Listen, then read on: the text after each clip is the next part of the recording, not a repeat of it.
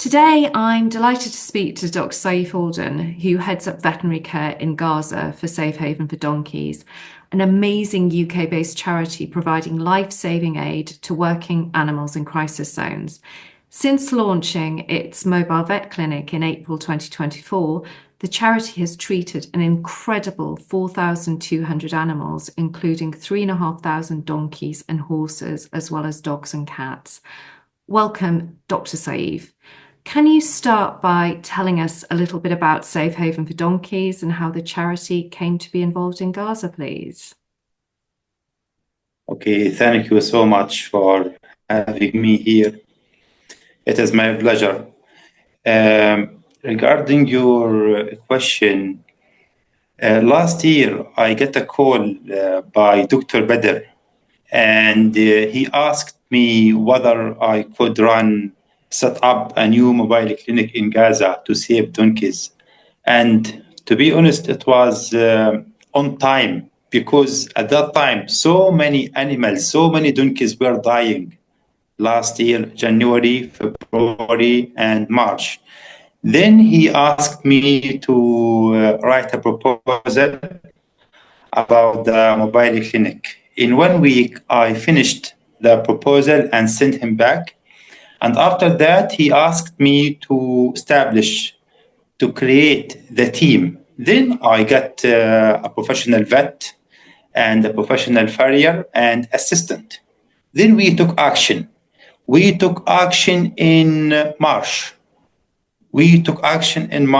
And then I can remember on the first day of our operation, we treated 30 donkeys. Imagine, just in 1 day. People knew us in 1 day, and we treated 30 injured donkeys. This is how we started, just in short. If you want my answer to be long, I can make it long. No, it's absolutely amazing work you're doing out there. Absolutely amazing. What are you finding are the most common injuries and illnesses being treated? Yeah, this is a very good question. Skin infections, inflammation, hoof problems, dehydration, severe malnutrition because of lack of food. We don't have food in Gaza. We don't have enough food in Gaza. So this very badly affects animals, especially donkeys and horses. And we also have wounds because of explosions and bombs and all these things. So these are the major injuries. Yeah, skin problems, hoof problems, open wounds, dehydration, inflammation, and broken bones. Yeah, broken bones is one of the biggest problems that we have faced in treating.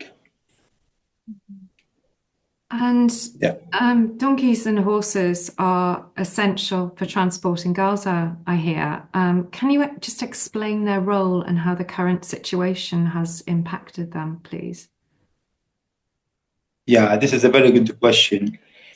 I can say that donkeys and horses are very, very crucial now. They're playing a very crucial role in helping Gazans to survive. As you know, and as all people know, we don't have enough fuel now in Gaza. We don't have enough fuel, and fuel is very, very, very expensive, like 10 times than before. The price is 10 times more expensive than before, at least. So the main source or the main means of transport is now donkeys and horses. So people heavily use donkeys and horses to move from here to there and to carry their luggage, to carry their things, and even to go to hospitals. And we have documented many stories about these things. We transported more than 1, 2, 3 women from very remote places, and we took them from their houses to hospitals in order to give birth. So what I can say is that horses and donkeys play a very crucial part in helping us in our daily life, in our daily life activities. That's it just sounds like absolutely incredible work. It really does. And I'm just thinking the emotional toll on the animals and their owners must be absolutely immense. How do you approach sort of treating both their physical injuries, sorry, not just their physical injuries, but the trauma they endure? This is really a very, very good question, by the way. And by the way, I am now writing a research article about this. How to say? It is so much for me to talk about. Just in short, Mm. you know, we have seen so many donkeys and horses and animals. I mean, in general, which are very depressed, feeling very sad, feeling very down. Even, I have documented some videos and some photos where animals shed tears, cry Oh my goodness. because of losing their babies or whatever. So what we have done so far is that we take these animals, we take these, I mean, especially pets and some donkeys from some dangerous places to another more safe places. Mhm. We take them to safer places. One. Second, we educate owners of these donkeys or of these animals how to treat their animals. We teach them, we cultivate them. We give them some like short lesson about how to do, how to act, how to take care of their animal. And the third thing that we do, we try our best to supply, to provide some essential things, some essential materials Mm. for these owners to take care of their animals. And you have I believe, an aid package being delivered next month. Is that Sorry, again? you have an aid package being delivered next month to veterinary Yes. equipment Yes. and This will help us a yeah, lot, actually. If we amazing. having received this, will make our job easier and will help us treat a very significant number of animals. And by the way, I would like to mention something very important. In fact, we have treated so far more than 6,000 animals, not Wow, 4,200. that's amazing. That 4,200, it really is. was it was 3 months ago. So that is primarily donkeys and horses, but it's also cats and dogs, is it? Or yeah, yeah. Yes, more than 6,000. Okay, So according to our you data. have treated over 6,000 animals. That's amazing. Yes. The veterinary aid that's been delivered next month, is that from Safe Haven for Donkeys? That's Yes. Yes, it yes. is from So, Safe Haven for Donkeys. And by the way, it is Safe Haven for Donkeys that completely supports us. We are being supported completely by Safe Haven for Donkeys. And without their support, I don't think we can run our mobile clinic. and they're obviously a charity. They rely on public donations, potentially grants, but they're doing this by themselves and actually funding your amazing life-saving work out there. It's incredible. Uh, are you saying that we are being supported by other charities other than Safe Haven No, for no, Safe Donkeys? Haven for Donkeys. That's what I'm talking about. Safe Haven for Donkeys. It's doing amazing work. Yes, it is Such doing amazing amazing work. work, and I would love to share with you that there is no charity other than Safe Haven for Donkeys that operates on the ground Okay. at the moment.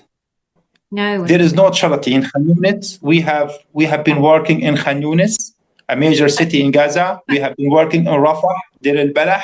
We have not seen any charity but what other I'm than saying is Safe that Haven for Donkeys. they rely on donations to survive because they're a charity. So it's Yes, all about right. awareness. So, pushing the story out about them is going to be so important, raising awareness, getting those donations in. It's, for this amazing work they do. It's so important. Yes, you are right. And we believe that every dollar may save an animal. So it would be great. On that note, can you share with us a survival story or two, please? You mean a survival story an animal survival story, one of the donkeys or horses? Yeah, this is a very nice question. We actually have so many stories. One of the recent stories that I would love to share with you is that just before the war, I mean, before the treaty took place, the truce took place, we received a call by Ali. Ali is an owner of a donkey, and this donkey was giving birth, but she was stuck. She could not like push the baby and like just relieve. So Ali called me and he told me, Saifi, please come, Dr. Saif, I have a problem. This donkey is the source of life for us. We get everything by this donkey. So please come, get the team and help us. I called my brother Muhammad and we went there. And the donkey actually was suffering. She could not push the baby out. So we tried our best and we got the baby out, and the baby now is okay and the donkey is okay. And Ali was so glad to see us help him, and he thanked us and thanked Safe Haven for donkeys. This is just one of the recent stories. Oh my God, that's amazing. It really is such a lovely, lovely story. And just going on to logistics, what do you find are the biggest challenges you and your team face in delivering care, and just how can people support your work out there? I mean, now, you mean now or before? Yes, now. Now or before? During the war or now? Just now. What are the biggest challenges now? Okay, now we have some big challenges. Medical supplies. We work very hard actually to find medications. Like we go 10 kilometers away, 20 kilometers away. Sometimes we travel 40 kilometers away from our place just to find medications, and we buy medications from people. Yeah. This is one thing. Second thing, as you know, we find difficulty in movement. So instead of taking, for example, 10 minutes to go and save a donkey, it takes us 60 minutes. Why? Because of the rebels and because of the destroyed houses and destroyed roads. So it is not easy for us to navigate. So sometimes we use bicycles, even sometimes we go by walk. We go on foot just to reach these areas. So just to make it short, medical supplies, we face some challenges to collect them from here and there. Second, transportation is one of the biggest challenges.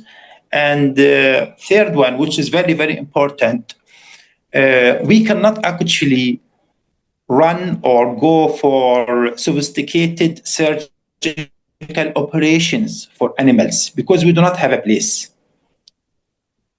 So we cannot go for major operations to save animals if they need like some serious operations. This is one of the major problems. You do as much as you can in sort of patching them up, and then yes, we help as much as we can, and I can say just very, very few in just very, very few cases we couldn't help. And sorry, for the final question, looking ahead, what are your hopes for the future of Gaza's animals, and what plans does the charity have in place to continue your vital work? Yeah, this is a very good question. The charity now is setting up a new team. Now we are working on a new team. This team will be operating in Rafah. And Rafah is one of the biggest cities in Gaza. It is the biggest city in Gaza. We tried to work there, but there is so much workload in us, so much responsibility on us. And we cannot focus on all cities in Gaza, Gaza Strip. So now we are setting up a new team to operate in Rafah at the moment. And another team could be operating in Gaza, in the north, far away, like 30 kilometers away from Khan Yunis. This is one of the, major plans that the charity is doing. And second, they are trying to help with the medications and food. This is one of the good things that they are doing at the moment. So I think very soon we are receiving like 4 tons of medical supplies and food for animals. The third thing that we hope we can get is to like build a center, build a place in which we can treat animals, in which we can do some surgical operations and whatever. This is what we really hope. That's amazing. It really is. I just, take my hat off to everything you guys are doing out there. It's just such incredible work. And it speaks for itself. Over 6,000 animals saved. It's truly amazing. I just want to say thank you, Dr. Alden. It's been an absolute honor and pleasure speaking to you today, and Yeah, me with too. everything you are doing. Thank you so much.